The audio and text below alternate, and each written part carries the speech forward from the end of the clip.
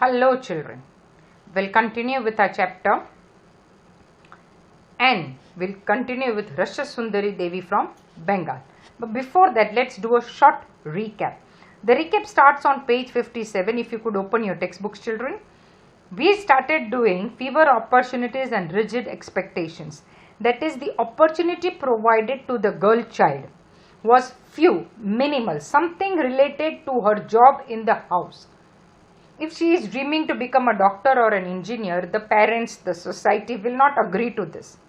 They all have something to say that those are technical things, only boys can understand. You take an education or a job in the field of maybe a nurse, an air hostess, a teacher, a caretaker. Because that's what you are good at, because you are patient, you are calm. Then we came to Lakshmi Lakra. A 27-year-old Lakshmi Lakra from the tribal family who decides to break the stereotypes, attends a government school, supports her family by doing odd jobs and ultimately takes a diploma in electronics and passes out in the first attempt in the railway exams and becomes an engine driver. The first woman in the northern railways was Lakshmi Lakra. She broke the stereotype. Her philosophy was simple. Unless and until I am having fun, enjoying what I am doing without harming anybody, I am able to support myself and my parents, I will choose the life of my choice. She is not wrong. This is what always goes in the head of the men also and the boys also. Nobody wants to harm anybody and attain success. Neither want to be upset and attain success, but on their choices. But this type of freedom was not allowed to the girls. Whereas she broke the stereotype from a tribal family and came forward. The next page talks about Xavier. We discussed the story in the last video. That how Xavier was very happy getting good marks in history and English. But his parents were very upset with his science and maths mark because they thought that there is future only in the line of science and maths, not with the art subjects, which is very wrong. The thinking is very, very wrong. But how to explain? How would Xavier explain? The mother, on the contrary, declared that you take up maths, take up computers and do something in computer because the future is of the computers. Now, how much correct is this?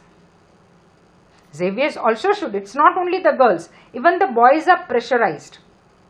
Maybe the families that you belong does not do this. But there are many families, more than you can count, who pressurize even their boys to select a subject of the choice of the parents, not of the child. So something like Three Idiots would happen, that you just enter the line just because your parents want you to, but you are not happy doing it. That picture was a great eye-opener for all the parents and the children to persuade the dreams of the child, not of the parents. Next we came across learning for a change. We came across the story of Ramabai, who was told, a Pandita, given a title Pandita because in the age, in the era where girls could not be educated or was not allowed to be educated, she could read and write in Sanskrit, English and her own language. She went beyond and opened a mission in Khedgaon near Pune for widows to work. Because just being educated was not enough, you need to be economically free also. So she wanted the widows, because the situation of the widows, as we discussed in the previous video, it was very, very bad. Just to pull them out of that misery, skills were taught, education was given, as well as there were platforms open for them to earn their living. Now going to school for you today would be very normal. Every child of the house, whether a boy or a girl, no gender discrimination, goes to school. It was not so. We learned that also in this. That before independence or after independence, took a lot of time for all the communities and everybody to understand this. To understand this and allow their children to go to school. Even gender discrimination was there. Communities also somewhere not ready, very rigid to allow their girls to go for education. Then we will continue the chapter with another story of Rashsundari Devi. Now Rashsundari Devi, the other example that we can take is of Rashsundari Devi, born in 1800, died in 1890. That means she lived complete 90 years. She was born in Bengal. At the age of 60, she wrote her autobiography in Bangla. Now, we are talking of the century when educating a girl child was considered a sin in the society. They had this stereotypes, or maybe they felt, the society and the community felt, that if a girl child was educated, she'll bring bad luck to the family. It will affect the family and the prosperity of the family. She was a housewife of a rich landlord. In those times, girls were married at the age of 13, 14, 15. At that time, it was believed that if a woman learned to read and write, she would bring bad luck to the family. The worst type of was told that if a girl is educated and if get married, the husband will die. So neither the husband side nor the bride side, nobody is ready to educate the girl. So they were left without education. She was desperate, but though everybody has their own likings, their own feelings, their own wishes. Here she had a wish to read a holy book named Chaitanya Bhagavat. It's spelled in Bangla Chaitanya Bhagavat. It is Chaitanya Bhagavat. Chaitanya Dev again is a great saint of the Bengal. He has inspired many people to walk on this path of spirituality. And she was willing to read that book. But without the help of the alphabets, how is she ever going to do that? But what she did was, she secretly started learning. If you read page 61, you will come to know that she started hiding books of her elder son, started relating the alphabets with the sound pronounced by her son. And it was a great job because she had to do it hiding. There were days where she'll get up early in the morning and she'll be the last one to sleep because she's too busy completing the household work. Being the wife of a rich landlord, she was always busy. So she secretly did this. She took nearly 30 years, 25 to 30 years to just master the alphabets and make words out of it, which you all do in your primary school. Then she wrote autobiography. That also she hid. After her death, when her elder son was cleaning up her cupboard and was deciding to give away the clothes of her mother to somebody poor, he came across this autobiography. He read the whole autobiography, where she clearly talked about how her urge of educating herself, her wish of learning, how she educated herself, how she came across to write this book and why she is writing this book. It is said that this might be the first autobiography of an Indian household wife. After her death, the son published the book. So that is how, which we today find it so simple, educating ourselves, writing books, writing articles for the newspaper or for the school magazine. So easy. At times many children don't do it because, oh God, it is so time consuming and boring. There were people who couldn't do that though they wished so.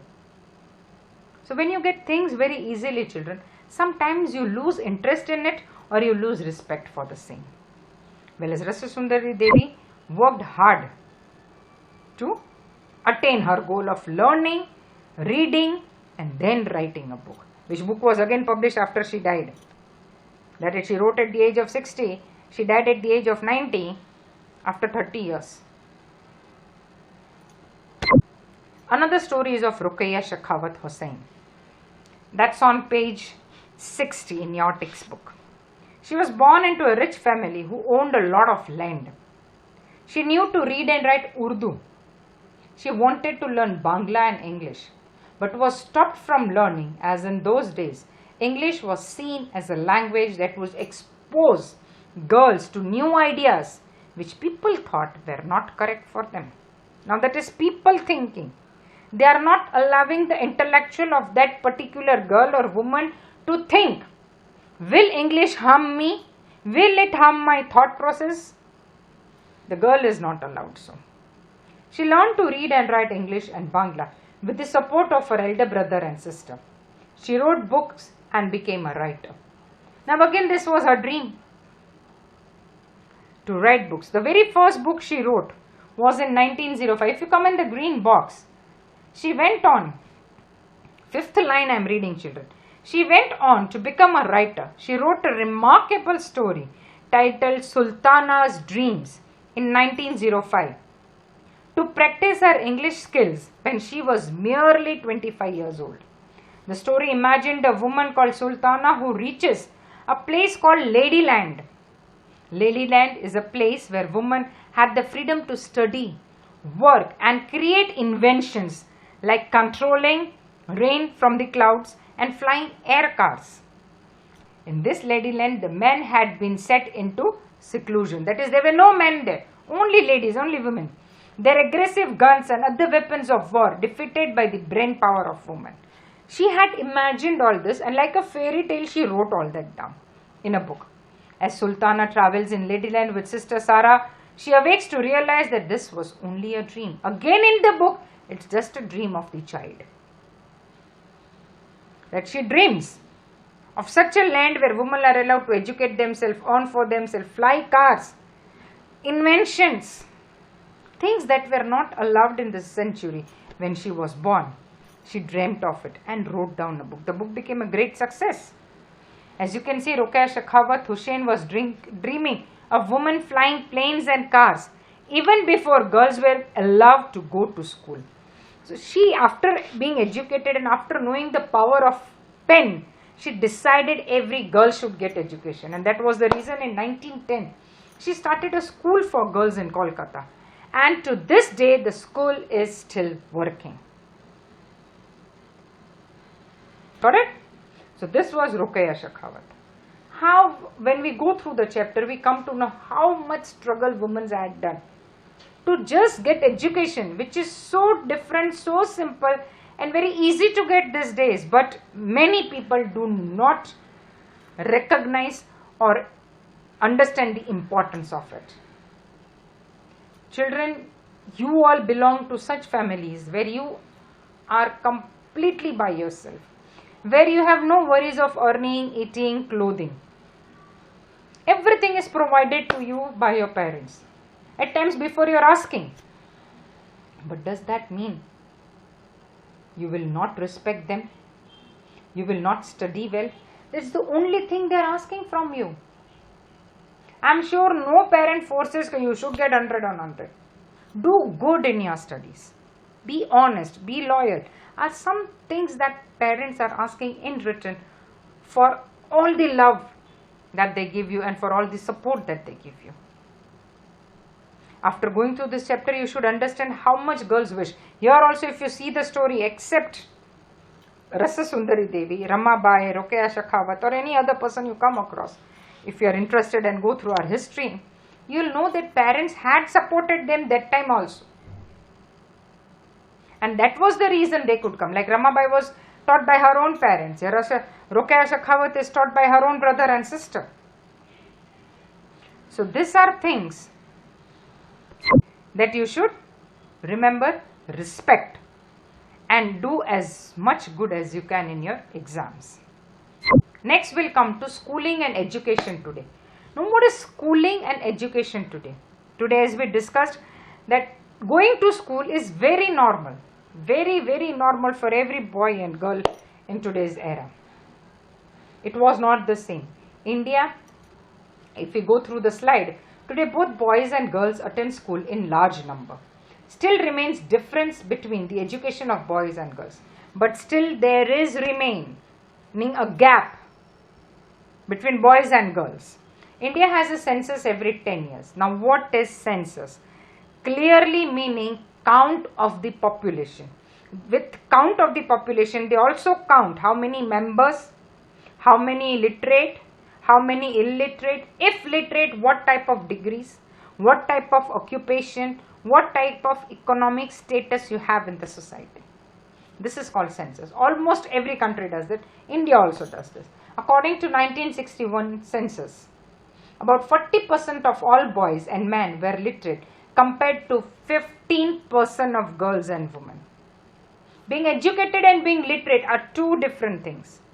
Literate means, simple meaning, at least you know to read and write. Education means you take some degree, some diploma, pursuing your liking.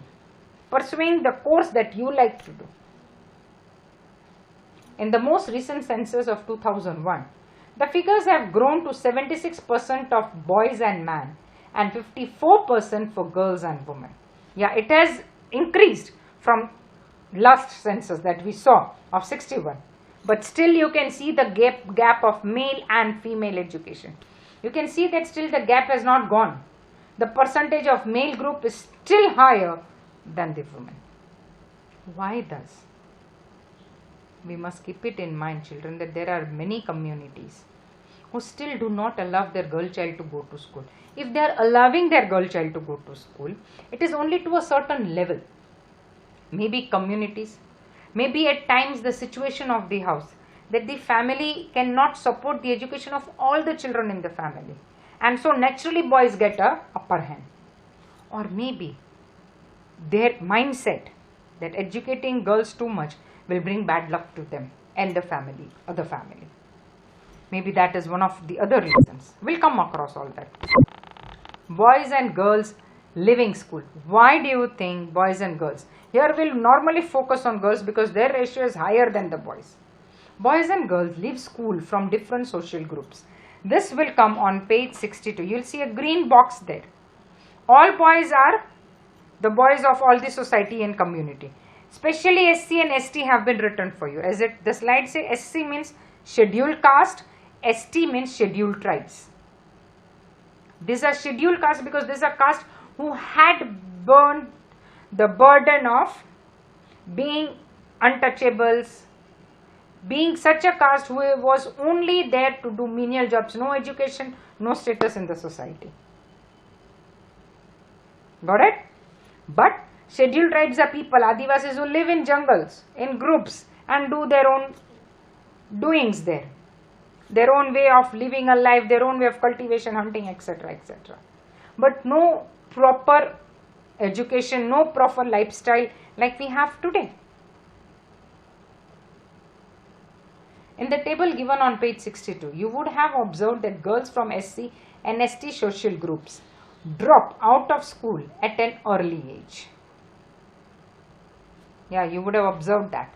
All boys, ST boys and ST girls. This is a percentage ratio. That if all boys are dropping out from all the other communities except the SC and ST is 34%. See the first line, primary classes 1 to 5. All boys, this all boys belonging to all the other than scheduled castes and scheduled tribes is 34% from the hundreds. But the boys and the girls, if you see, is higher. Take the example of the secondary class, the last 9th and 10th. Girls from SC